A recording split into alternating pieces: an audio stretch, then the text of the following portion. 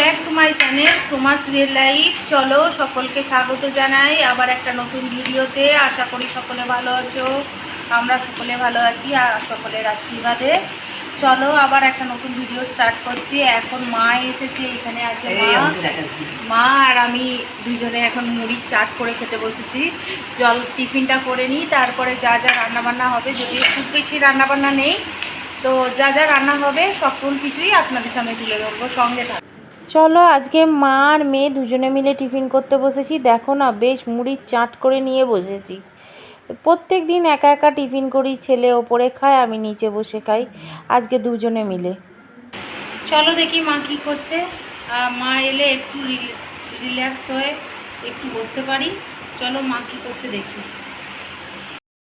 মা কি করছো? ডাটা কাটছি। দেখো সব সবজি কাটতে বসেছে, রান্না বেশি নেই তবুও। ওই যে আমার বরের জন্য এখন চচ্চড়ি করতেই হবে। গিমে শাক কাটছে, গিমে শাকটা দেখো, এই যে গিমে শাক কাটছে, আর ডাঁটা আলু দিয়ে গিমে শাকের ঝাল হবে, আর মা কাটছে। চলো বন্ধুরা, চান টান সমস্ত কিছু হয়ে গেছে, আর আজকে বৃহস্পতিবার, পুজো দেওয়া হয়ে গেছে। আজকে চলো মেনুগুলো দেখিয়ে নিই। আমাদের খাওয়া দাওয়া এখনো হয়নি, ও মা আর ছেলে ওপরে আছে, ওরা নিচে আসতে চাইছে না, খেতে চাইছে না। আর আমরা দুজন নিচে এসেছি, সব জোগাড় করি তারপর ওদের ডাকবো। চলো মেনুটা দেখিয়ে নিই। এই দেখো, এটা মটন, আর এখানে গরম ভাত আছে, আর এখানে হয়েছে গিমা শাকের চচ্চড়ি। মা যে কাটছিল দেখিয়েছিলাম, দেখাতে গিয়ে থালাটাই পড়ে গেল। আর এখানে ছিল জলখাবারে ভেজেছিলাম আলু দিয়ে বেসন দিয়ে, আর এটা ডাল ছিল, ছেলের জন্য করতে হয়েছে। আর এই দেখো, এখানে আমার হাজবেন্ড ফিশ ফ্রাই ভাজছে, যে বলছে তুমি পারবে না, আমি আস্তে আস্তে করে একটা একটা করে ভাজবো। তো ফিশ ফ্রাই ভাজছে, সবার জন্য একটা করে ফিশ ফ্রাই। তো এই আজকে আমাদের দুপুরের খাবার। আর এই দেখো মা চলে যাচ্ছে সন্ধেবেলা, সন্ধে নয়, এখানে বিকালবেলা 5:30 বাজে। আর আমরা সকলেই একটু ঘুমিয়ে পড়েছিলাম খাওয়া দাওয়ার পর।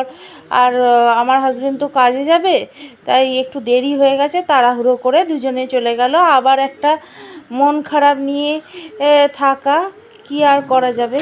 গুড ইভিনিং বন্ধুরা, সকলকে স্বাগত জানাই আবার ভিডিওতে।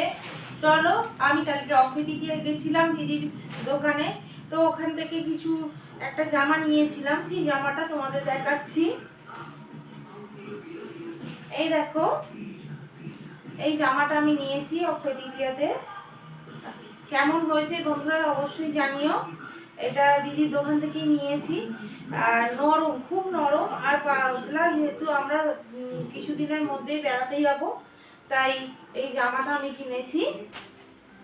গায়ে পরে থাকলে খুব আরাম হবে, আর খুব নরম জামাটা, তাই জন্য নিয়েছি। কেমন হয়েছে বন্ধুরা জানাবেন।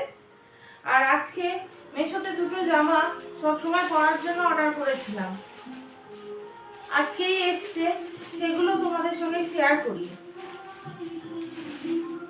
কারণ সবসময় পরা জামাগুলো বড্ড বড় বড়, ঘেরওয়ালা জামাগুলো পরলে না গরমে খুব কষ্ট হচ্ছে।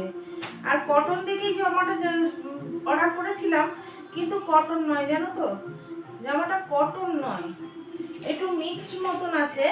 এই দেখো, দুটো প্লেন কুর্তি অর্ডার করেছিলাম, যে সব সময় পরার জন্য। কেমন হয়েছে বন্ধুরা জানিও। এই একটা কুর্তি,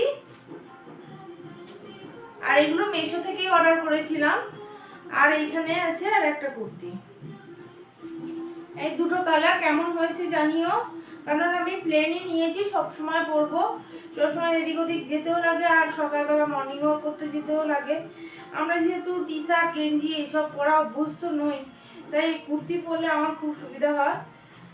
আর তাই জন্য এই দুটো সবসময় এদিক সেদিক দোকান পাট যেতে দুটো কুর্তি আমি অনলাইনে নিয়েছি, খুবই কম দাম।